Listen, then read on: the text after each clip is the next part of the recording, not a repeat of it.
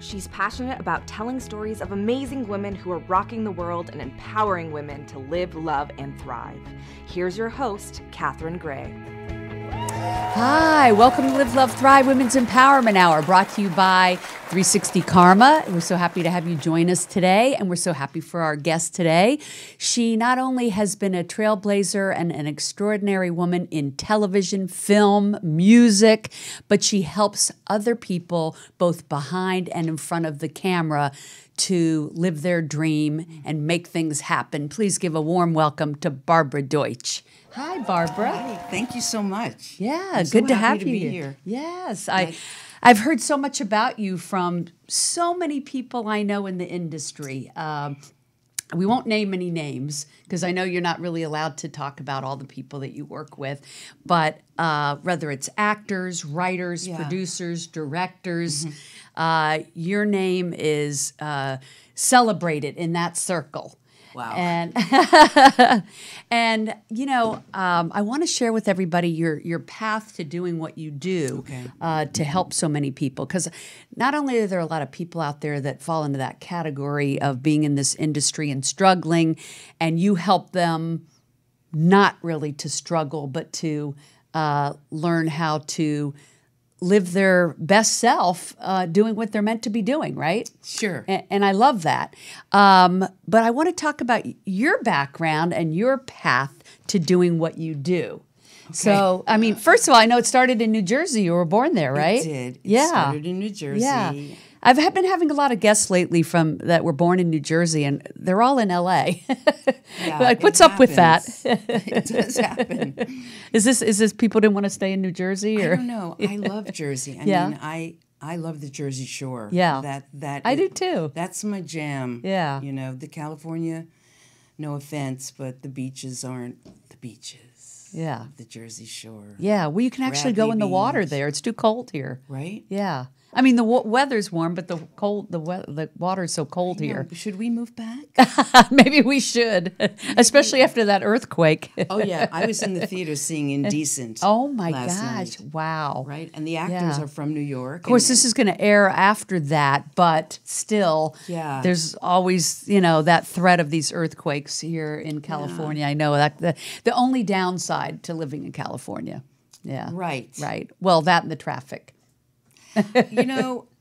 I deal with traffic. Yeah. I'm like, I know there's traffic. Yeah. So it's just never a accept surprise to me. I think everybody's so surprised when there's traffic. Yeah, yeah. It's like, not I know, I love surprising. it when people go, oh, I'm sorry, I was late, there was traffic. And I'm like, No kidding. hello? Like, when is there not traffic? Anyway. So here you were in New Jersey. Mm-hmm. You were growing up, and you had shared with me that all the way back in the second grade, in the middle of that, they bumped you to third grade. Right. And that kind of was like this huge upheaval in your life, as it probably would be for any kid. Well, Yeah. no one in those days, Yeah. Wait, and this was because you were so smart. I know. I remember being smart in kindergarten, first grade, and half of second grade. Yeah. I was the jam. Yeah, yeah. And then they gave me a test because I moved from one town to the next, and apparently I was like super smart. Yeah. And in the middle of the year, Yeah. they put me into third grade. Oh, my gosh. And I watched, my first day in third grade, I watched the teacher write in script on the blackboard. Yeah. And I'd never seen that before. Oh, my gosh. And she said, all right, class, you have to do all your lessons tomorrow in script. They call it cursive now. Yeah. If they call it anything now. And so I never heard the part where she had to have said, and Barbara, you... So I shut down. Like, Barbara, you don't need to do that. Right. But you didn't hear that part. Yeah. No, I didn't hear that part. So I shut down and knew I couldn't learn it. And so that gave me the message that I can't learn. Wow. But I did. I go home crying to my mother. Yeah. I said, I have to learn by tomorrow. And she didn't put up a fight. She just taught me overnight. Wow. She Had to sounds write- amazing. She's amazing. And I wrote I write exactly like her. I have beautiful handwriting. And then she kicked that teacher, I'm sure, years later I find out. But it had all, and so my therapist would say, who can learn in this second, third grade script writing overnight? Yeah. What kind of a person? A really smart person. Right. Like, where were you when I was like fourth grade, when I couldn't learn anything for the rest of my academic career? Wow. So, I think our listeners, everybody has these traumatic childhood Yeah. Stories. And I think the reason I want you to tell that story is because it impacted you so greatly in your confidence of yourself. And we grow up in a culture where women's confidence is not always coddled and perpetuated, So what did you take from that experience that you bring today to the table when you work with people behind and in front of the camera to help them believe in themselves? Certainly, I think every lesson in life brings something to our table sometime in our life that is beneficial. Well, sure. So what do you think came from that? Well, I became a super listener. And I just listened to people and watched them. And my intuition grew. And my humor grew. Instead of adding to a conversation because I didn't know an answer, I could say something funny. And that's the only thing I did, was be funny. Mm-hmm. And listen and watch. And I really know through humor and compassion, anybody can move ahead. Wow. I mean, I'm living proof. It doesn't mean I get triggered. Mm-hmm. I think when we have traumas, and everybody has a different trauma. Mm-hmm. I mean, I was fully loved when I was getting older, and everybody loved me, and everybody thought I was wonderful. I just never felt smart. Mm-hmm. Right. And so I never looked to achieve anything. I never had a goal. But oddly enough, your life has been like this miraculous path of incredible happenings. I know. My right? friends call me Forrest Gump because I just go. Yeah. And so the first among that venture that has been your amazing life was you were working in the music industry, right? Yeah. In high school, to follow the, trauma, the guidance counselor, who was also the gym teacher, who probably got $50 more a month to ruin me, said she should be a secretary. And I was a BC. So anyway, they put me in the secretarial check. And back then, isn't that all that they even told women they could be? You could be a secretary, a teacher, or a nurse. That was it, right? Well, yeah, you go to college, but then you're going to get married anyway. So what's the point? What's the point? Yeah. Right? Yeah. Could you imagine transport that mentality to today? And it would be like, no, but I mean, thank God no women are buying that anymore, know? Well, no. Yeah. That does show how far we've come, because that's been in That's been in our lifetime, Yeah, but I probably couldn't have gone into college anyway because I just didn't feel... Believe in yourself. No, I didn't. I had no confidence in academic. You and a million other women, I know. At that time. I know. But now I'm a professor, so... Yeah. I know. We're going to talk about that. But first I want to talk about, business. Your foray into the music world is so interesting. You were working at Epic Records? Was that here, or where was that? Everything's back east. Oh, back east. Okay. Yeah. My first job was for all the staff songwriters, for songwriter producers for the Epic and Columbia label. Wow. And it was in the late 60s. Come on. Yes, that is such a cool job. It was such a cool job. How did you land that job? You just got lucky? Because I passed the typing shorthand test. Oh, so wait a minute. So being the secretary actually ended up being a blessing in disguise, because you end up working in the music industry. Come on. Right? It was But who knew? But who knew, right? I mean, who knew? And here I Yeah. am booking sessions for every artist on the Columbian Epic label, and I'm Wow. going to the studios every night.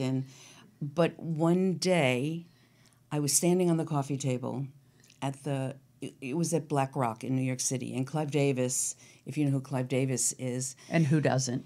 and who doesn't, he was the president of the company at the time, and I was standing on the coffee table because it was. Because that's what people do, The stand on coffee 60s, tables?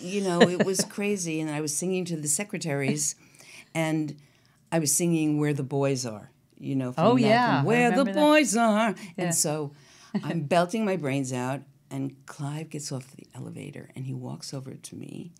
I don't see this. The girls left, the secretaries. They're packing me up. They know I'm going to get fired. And he pulls my skirt, and I go, oh. And he says, what's your name? I said, Barbara Deutsch. He said, who's your boss? And I say who my boss is. And he goes into the office, and then he leaves, and my boss comes out of his office, and he says, get in here. And he says to me, you can sing? I said, no. You can sing? No. Clive Davis was just in here saying your secretary's standing on the coffee table singing. Either fire her or sign her. She's pretty good. And then, he'd been looking for someone with a young pop voice to sing Across the Universe, to cover a Beatles song. So he says, Oh, my God. he says, sing this. And he played with these fingers. I go, words are flowing out like endless rain. He goes, damn it. And 3 weeks later, I made a record. Oh, my That's God. another really funny, long story. But because, and then I got a record. It came to my desk.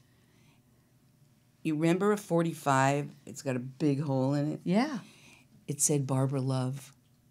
Apparently, they didn't think Deutsch would look good on the record. Oh, my God. So that was your name. They changed my name, Barbara Love. Oh, my God. But because I didn't think I was a singer, I was just a secretary who happened to do this, I stayed being a secretary. Are you kidding? No. This is not a joke. Oh, But my then God. I saw a show on Broadway, and I said to my boss, this girl looks like me. She sounds like, I think I sing better. Wow. And he said, I got you on this thing called callbacks. It was the fourth callback for the first national touring company of Godspell, written by Stephen Schwartz, who wrote Wicked. Oh, and my Pippin. God. You told me that. And Godspell was like, I think the first musical I went to see, and I loved it. I memorized every word of every song. Loved that musical. Well, I went with my girlfriend. I wanted to be in it, and she wanted the boy who played Jesus. Yeah. So eventually, we both sort of got our wish. Yeah. So you traveled with that show? Yeah, we did my a stint on Broadway. Then And you told me you sang Day by Day. I think Day by Day. I called my mother. Day by day. Day. I can't sing. Day by day. I love it. Great musical. Wow, that must have been so exciting. So you went from secretary to traveling in this musical show? I quit my job. I called my Amazing. mother. I said, I'm an actress. And she sent me birth control pills. Because I think she thought that was what show business was. Oh, Not my exactly gosh. wrong, but Wow. So from there, how did you end up in L.A.? I know that you ended up in some musical out in L.A. Was that kind of what happened next? well, then I got off the road. Yeah. And then I did more stuff, and I got agents and started booking commercials that made a lot of money. Oh, wow. Young, blonde, funny, Yeah. right? And that was in L.A. or New York? New York. New all York New York. still. Okay. And so, but then I got into this musical comedy theatrical rock group. And we lived in Connecticut, and then they moved us to L.A., and we lived in a house in Beverly Hills. Yeah. And then we tanked. We failed. We were being managed, and we were supposed to be on Saturday Night Live as the house band. It all fell apart, and Yeah. so my girlfriend and I stayed here.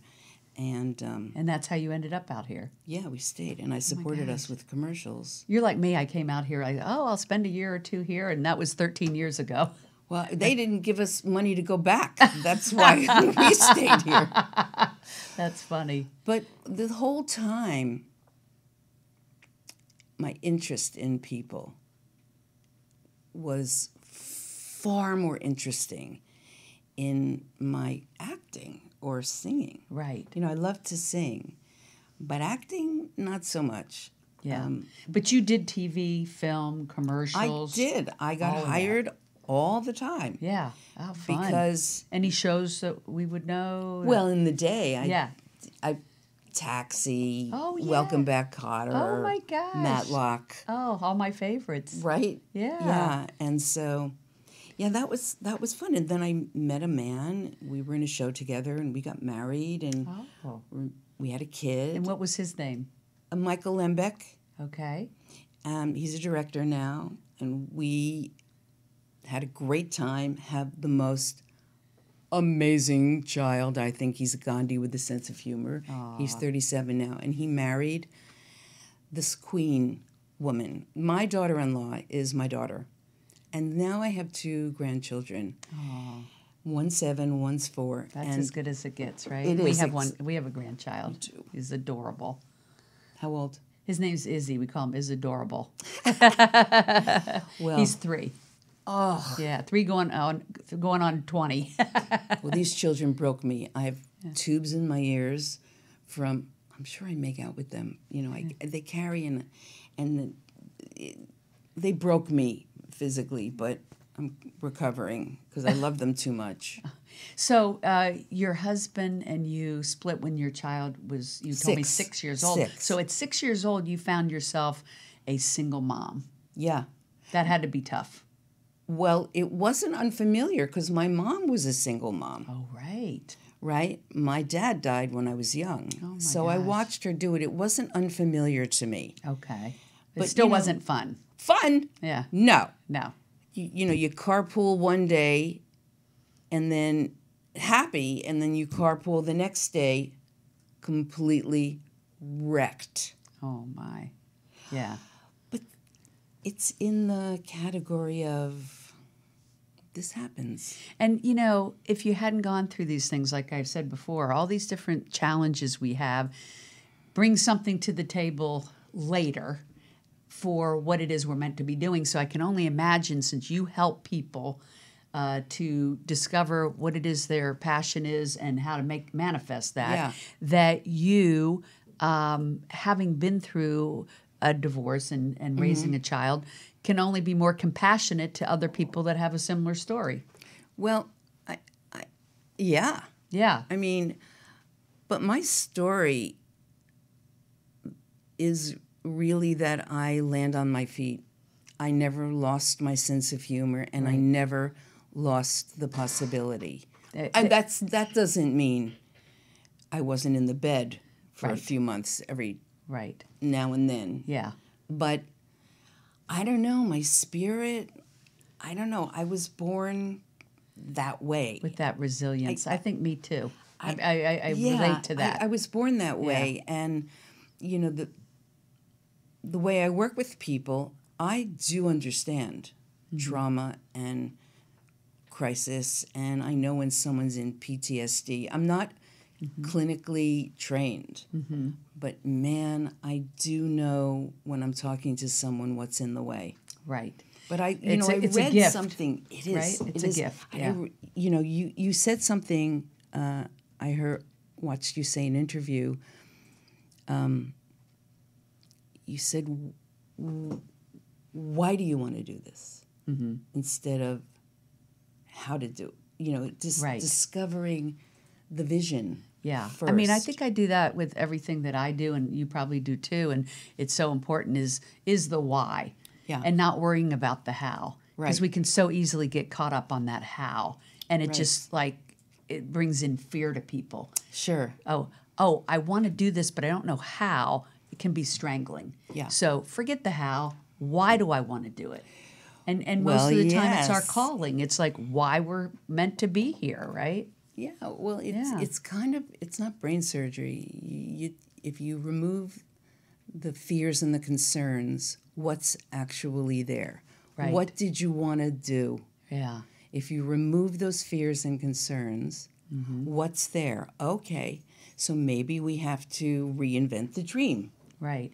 And is this part of the Barbara Deutsch Approach? Yes. Yes, because I know your website is barbaradeutschapproach.com. It's something you've come up with. Yeah. So you are actually working with a consulting firm for your own self, right? For branding. Yeah. Yeah. And then ended up starting your own company, Barbara Deutsch Approach, eventually. Oh, yeah, back then. Yeah. Oh, yeah. Yeah, I that took a you've been doing workshop for from years. this guy. I forgot. Yeah. I took a workshop from this person and to get my passion back Yeah. in my acting. And he said, when were you passionate? And I went, good question. Yeah.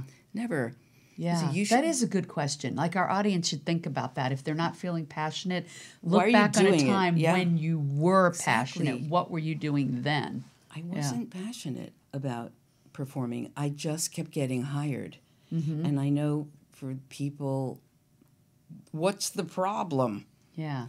And so you had all this work, but you didn't want to really be acting. You really wanted to be helping people. You came to find out, right? I came to find out. Yes. I took a workshop from him, and he said, you should be my partner in my business. Oh, wow. People No. meet you, they like you, and When did you write your book? Because I know you're an author too. It's called bunch Open of Up or years ago. Shut Up. That's so.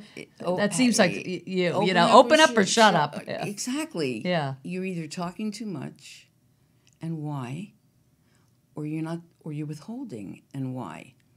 And so in the book there's dialogues on how you get in trouble and how you get out of trouble. There's also really good stories in there about how there's this thing I work with. What is your competitive edge?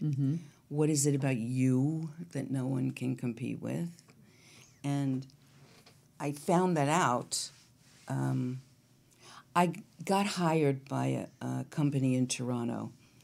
In my book, I say it's Seattle because I'm still afraid that they're going to come find me. It was a pension and welfare company, and I just did it for the money, and I never do that. I've never been in the corporate arena before. And they asked me, they kept saying, do you have any roads or paths or streams? They wanted the book. Yeah. And I had nothing. So I went and coached with Rhonda Britton, Oh yes, I love Rhonda Right? Britton. Yeah. and I was completely panicked. So we came up with 3 steps to results. 2 of them I stole from Psychology Today, something about resilience. And the other one, I was driving in the car, and I, what is your competitive edge? What is it about you no one can compete with? That's corporate-y. And then I did that. Anyway, the company hated me from speaking because the next day people brought their kids to work and started a daycare center. They had to shut down. People asked for raises. Oh, so you empowered their employees and they didn't like I that. just did the opposite. I didn't even know that this thing I made up in the car one day. I had no idea that being honest was a competitive edge. I had no idea that listening, I had no idea that Yeah. was a competitive. And so people forget what it is they're loved for. Right. Why do you love me, right? Yeah. If you asked Right. What is people, it? the people that are closest to you, Right. they're not going to say it's because you're talented Right. or beautiful or you have Right. good lipstick. Right. They're going to say because the way you care, Yes. the way you listen, how honest you are, More substantive how things. not judgy you Yeah. are. That usually falls away when the stakes are high for someone. Right. So let me ask you this, because we're going to wrap up, and I want people to be aware of the Barbara Deutsch approach and how you have created this unique approach. It's a gift of yours that you impart on people, especially in the entertainment industry. I'm strong in the entertainment industry, right. but I do have Right. You work with everybody. Let's sure. make that known. But have helped a lot of very high-profile people in Hollywood to connect with what really makes their heart sing. I love that word. Sing. Let's close with maybe a story that you want to share, a quick story of someone that you've helped. We won't say the names because you're not allowed to disclose the names, but maybe just where they were at and where they are now, how they used your approach to make that happen. Let's make it tangible to people. Okay. Okay. Actually, I will name this name, but this is not a famous person. Okay. Is that okay? Sure. Okay. Anne Block. Anne Block was an actress, and I met her many years ago, and we did this process. And we found out that what everybody wrote is that she's the friendliest person they ever met in their life. Right. And she did not like that. How am I going to use Who friendly? wouldn't like that? Oh, how are you going to use that? How is friendly going to be used? Yeah. Well, her real passion was to travel and take people on tours. And we managed to, because of being friendly, she was able to open doors, and now she has a business called Take My Mother Please. I know of this business, and I know of her. It's and amazing. I think when I first heard about it, I'm like, that's an incredible idea. Yeah. I didn't know you were behind that. Well, no, I nudged it. Yeah. And she took me on the first trip to Paris and London, like let's see how I can take people on trips without it being expensive. And but here's another one. Here's an actor one.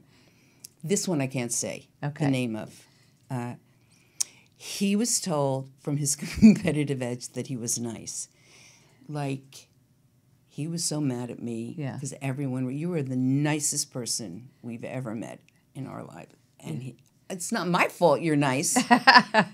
So he has this big audition for a big thing. Right. And usually when he goes on these auditions, the other guys there have this guy thing. You know, I can't do the guy thing. Hello, you know. Yeah. The guy thing. We all know it. And he doesn't fit. He's not fitting. He doesn't fit in. Right. And so he's there, and he's like mad at me, and he's trying to get in, like play jump rope, trying to get in, but he can't take it. So he's sitting there, and he says, "Fine, I'm nice." He goes, "I can't help it. I'm just nice." And then the producer comes out and looks at all the tumult, the noise going on over there. And he looks at my client and he says, "What's your name?" And my client says the name, and he says, "Come in." And my client says, "Well, I'm not next." Yeah. Yeah, I just wanted to bring someone in who's just so nice. Oh my gosh. And he gets the part? Oh, yeah. Oh my God. I love it. It is about being your authentic self, isn't it? Hello. Yeah. Not being afraid to be. Yeah. No. Well, that's great advice for us to leave everybody with. I mean, definitely being your authentic self. And I'm so glad to have you on today. I know so many people just sing your praises of how you've helped their careers. And I think you're an amazing lady, and so happy to have you on today. Thank you. And can I give a shout out? This is Minda Burr's necklace. Oh, yes. We love Minda Burr. She's been on my show. Fantastic jewelry designer. Amazing. That we know and love. Yeah. Also a former actress. Yes. Yeah. And let's not forget to mention that you teach at Syracuse University for people who are not actors that want to be acting. That's right. So like they might be a doctor, but they want to be acting, and you teach them how you can coexist and have both. Yeah. And I'm going to leave with that because I think that's a really cool concept. Me too. Yeah. Thank you so much. Thank you, Barbara Deutsch. Thank you, everybody, for tuning in. We'll see you next week, same time. Hugs and happiness.